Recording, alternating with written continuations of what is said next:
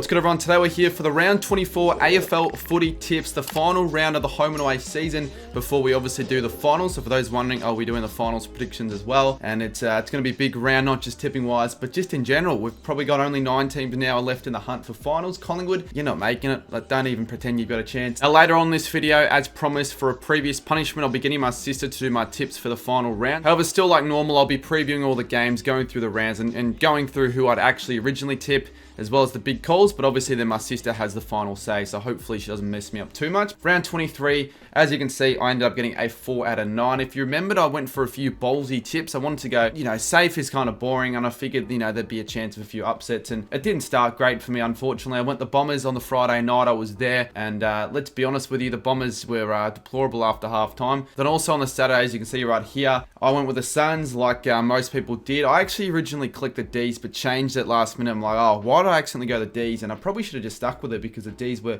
super impressive, especially after half-time. And Gold Coast, what's up with them? I want the Dockers in the next tip as a bit of an upset. I just thought they'd shake it up a little bit. Unfortunately for their sake, they only just dropped the game by 9 points. It was a good game, but the Giants were just a little bit too strong. And in this game, it was a big choke for the Lions. I mean, I thought they were definitely going to win. Also at this game, they're up by 4 goals at one stage. I think 5 goals, and they blew another lead. I did get the Saints tip right. It wasn't looking good at halftime, as I mentioned in the video, but it was a massive turnaround. One of the best halves of footy I've seen from the Saints in quite a long time. Big win over the Cats to ruin their top 2 chances. And also on the Saturday, this was another tip I got incorrect. I went the Crows. They had a chance actually in the contest, but the power was just a bit too strong in the last. And obviously on the Sunday, I went the Dogs, the Hawks, everyone went them. And Carlton to beat West Coast was a good tip because most of the people that I was actually, asking all went the Eagles. The Eagles, I think, were a bit overhyped heading into this one. All right, let's take a look at round 23's best tippers for the weekend. And Lucas Foden up the Pies 25, Shannon Barnes, ESPN Fan 149, and Eden's Demons all ran out the top 5, with one in Lucas Foden getting a score of 8 using the Joker. So in a tough round of tipping,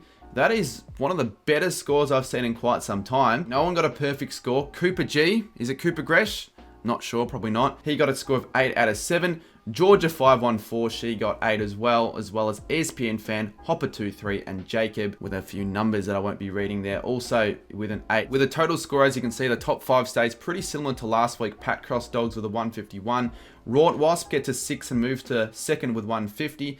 Swan Hunter with a score of 5 for the round and a 149. Clancy Hyde got a 7 and moves up with also a 149. And Ryan Chappie with a score of 4, also with a 149. Tell you what, we almost ended up with 2,000 members in my comp. Technically, we could still get there if you haven't joined the comp yet. Let's try and get to as close to 2,000 members as we can get. I mean, I'm 744th, so at least I'm better than halfway, which I guess is something to be seen as a positive. Let's move on to the big calls. So for last week, I needed a requirement of 3 big calls correct, and I only got the 1. It was a pretty bad round in terms of the tips and the big calls. A lot of my big calls were nowhere near close to getting up, but the one that got up was actually in the Hawthorn Richmond game, where I said the Hawks would have 15 or more inside 50s over Richmond. And not only that, I also got the exact margin. I said the Hawks win by 63, and I was spot on. So I was pretty happy with getting the correct tip and also big call for the Hawks v Richmond game. And if we take a look at the comment with the most likes, Jesus Christ, Goat HQ, can you stop getting why do we keep liking this guy's comments? He's probably the 6th time he's honestly gotten the most likes in one of my punishments, and this was to eat a whole box of Wheat Bix in one sitting. You're allowed to pick 2 people to do this with. Here's a list of all the punishments still need to get done, but for those wondering, I did complete a punishment on the weekend, and that was one of the more embarrassing ones. That was to stream in public wearing a dress for an hour. So if you saw me for whatever reason at the MCG and didn't say anything, it wasn't on purpose. It was a dumb old punishment stream, and I'll put together a bit of a highlights package.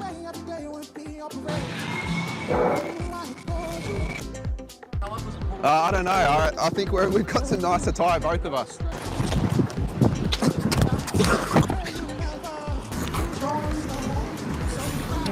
Show the photo. Oh, there we go. There we go. I got a photo with Bobby.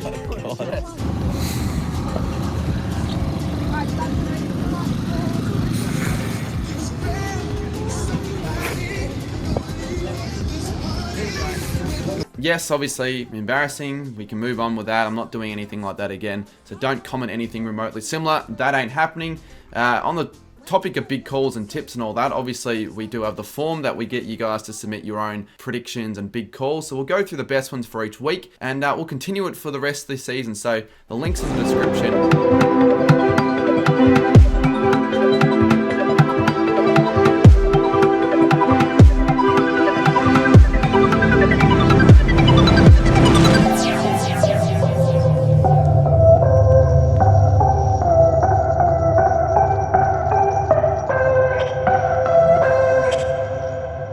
And also, I've got a bit of an ambitious aim for the rest of the footy season. Until the end of September, I'm going to see if we can try and get to 40,000 subscribers. We're not on track.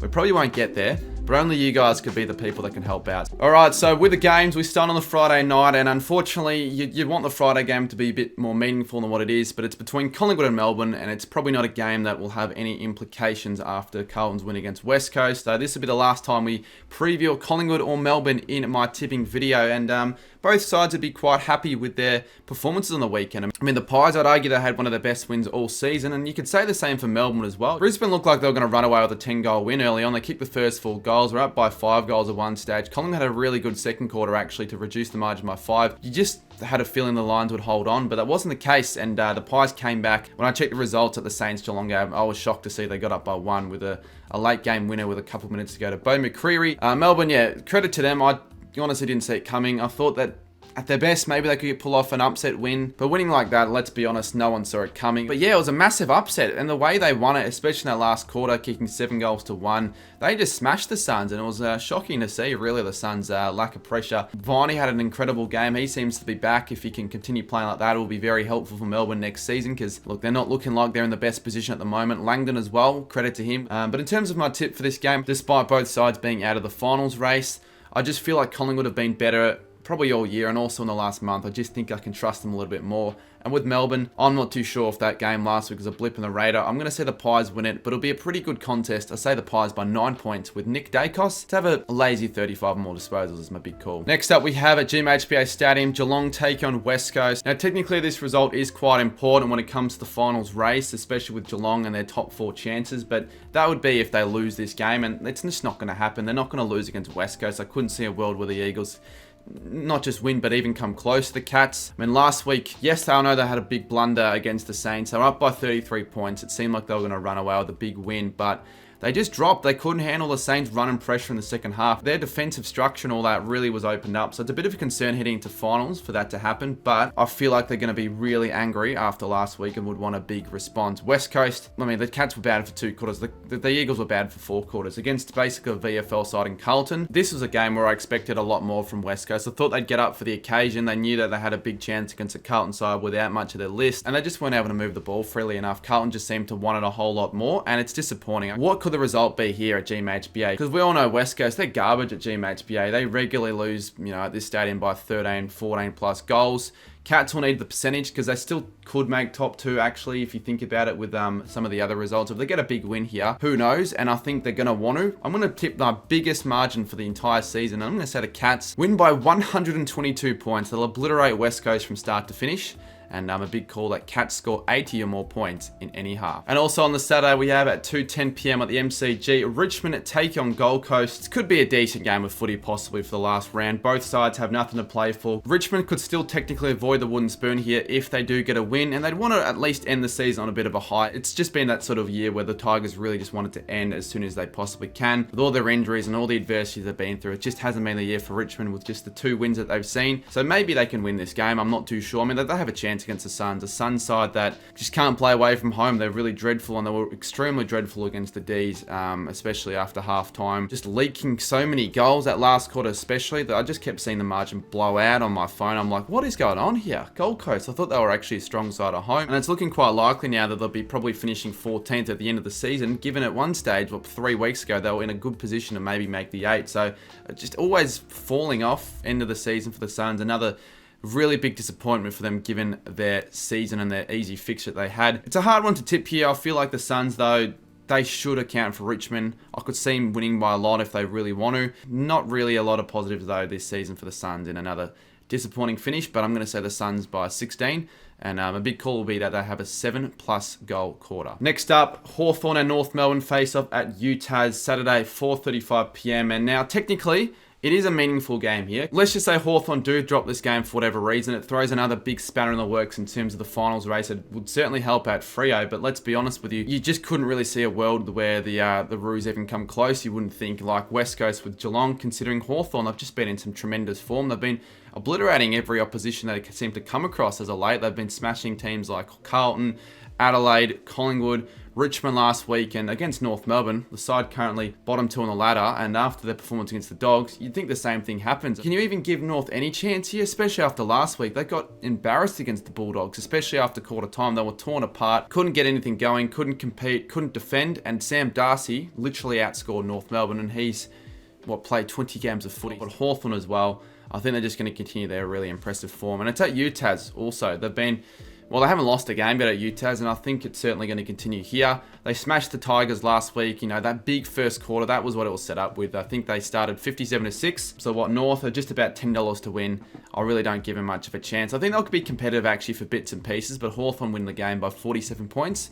My big call is that North Melbourne win 2 or more quarters. I mean, it's probably not going to happen, but I'm going to give North Melbourne one last chance to finish off the season and show some signs. Now we head to the Saturday games, and unfortunately both of these games really won't be too relevant when it comes to shaping the top 8 or the top 4. We start with Brisbane and Essendon at the Gabba.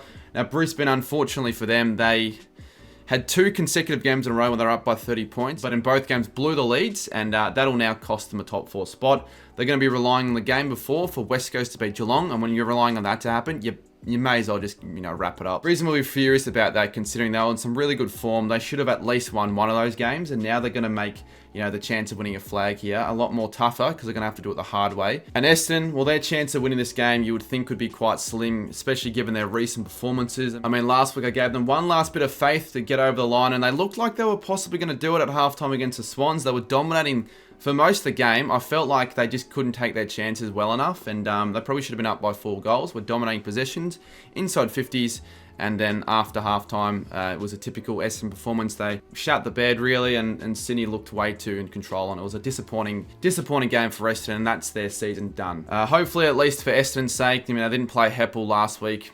Play him one more time. Come on, Brad Scott. This game means nothing anyways. The Lions should win this game, and I'm going to go by 34 points with my big call. Joey Danaher, some great form. He'll kick 5 or more goals. Now, also, Saturday night, we have Sydney and Adelaide. I think in terms of the 2 games on the Saturday, this will be the more competitive of the lot. I feel like the Crows could make this one a challenge. The Swans, unless they lose by over 100 points again, they have locked in a minor premiership for this year, which is probably deserving, even though they've had a shaky patch of form. They're probably the best side on the comp right now, and it was, it wasn't really proven in the first half. I'll be honest, they look slow, and those slow starts just continue to be a problem. You'd want them to just get rid of that heading into finals, because if they do it during the finals against a really good side, are they going to be able to come back from a big deficit?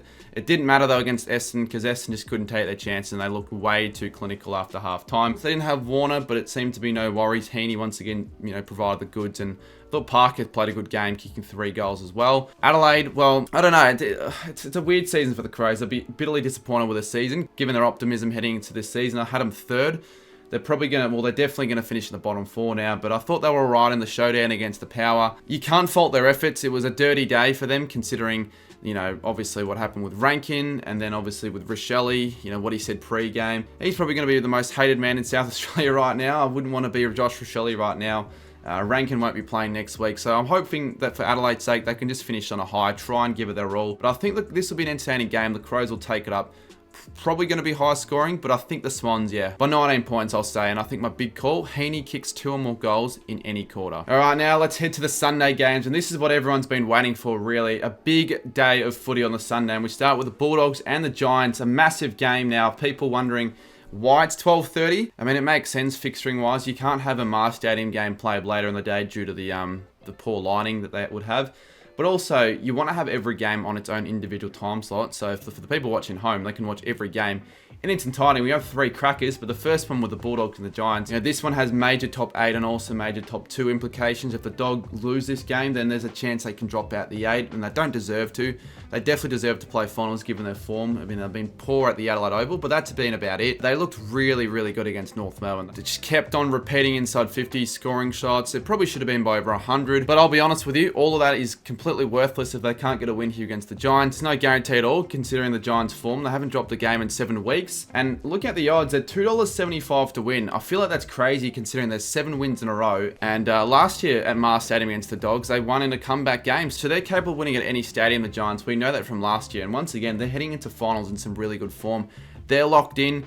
after last week's win against the Dockers, and it had to work for their win against the Dockers. You can thank Hogan with his insane form.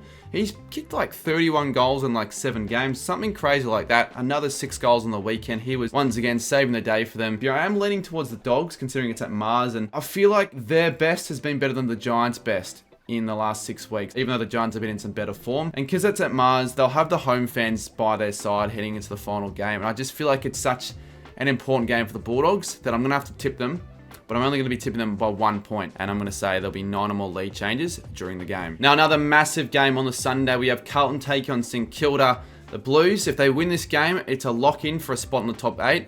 But if they lose, they have to rely on some other results. But what a win it was against West Coast. A lot of people doubted them with a pretty much, in a way, a VFL squad. No Mackay, no Kerno, no Chera, no DeConing. They had heaps of outs, and people, questioned whether or not they were going to score enough. But players like Owie stepped up with 3 goals. Brody Kemp kicked 4, and a few of their debutants, really did their role well. The fact that they won the game against the West Coast side that we all thought were going to throw everything at the Blues, it just wasn't the case. And Carlton, they've got a big task here against the Saints. The Blues did pick up another couple injuries on the weekend, with Williams and Durden also suffering injuries. So I'm honestly not too sure what's happening in selection. They're going to have few fit players in, and I'm not too sure how many players, if any, are coming back ahead of this clash. So for that reason, I feel like the Saints should be starting favourites, despite the big win that the Blues had. If the Saints play like they did against the Cats in the second half, or even close to it, you would think they should win, and probably win well. Theoretically, the Saints should be fitter, and they should last the game better than the Blues do. But it all honestly will depend on how the Blues' mentality will be heading into this game. You'd think they'd be getting up for the occasion. It's a massive game. The Saints of late have been ruining other sides' chance at, top 8, top 4, just final spots altogether. And the Saints are in some really impressive form, especially at Marvel. I think they're capable very much so of knocking off the Blues here. And you'd probably say it's an upset given the odds, but I feel like this is 50-50. I'm going to say the Saints, though, win it by 16.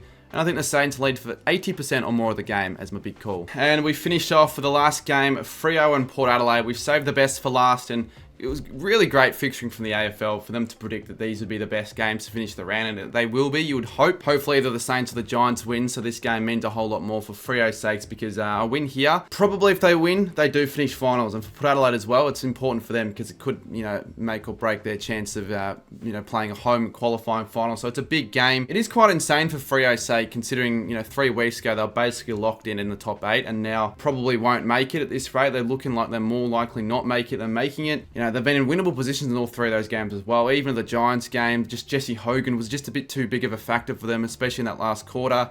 And now fate isn't in their hands, even if they win this game. So they're going to have to be relying on some other results. You'd be nervous if you're a Freo fan, but also for Port Adelaide, I wouldn't say they've looked the best. They've just been getting results. They've won, I think now 5 in a row. So they've been in some good form to somehow make it into the top 2. Because at one stage, I thought they weren't even going to make it to the top 8. But after, the last 2 games, Melbourne and Adelaide, been a bit shaky. They got over the line in their last quarter, but it was, not the most impressive win, I wouldn't say. They had to do it dirty. Houston, really dirty bump. A lot of Adelaide fans aren't happy with that. Butters played magnificently, though, on the weekend with a showdown medal. He had 40 or more touches. Him, Rosie, and Horn-Francis against Brayshaw, Sarong, Young in the midfield. Damn, it's going to be a juicy contest, and I think this could also be a big chance of it possibly being one of the games of the season. Oh, it's going to be a cracker, and I reckon it's going to be finishing in a thriller.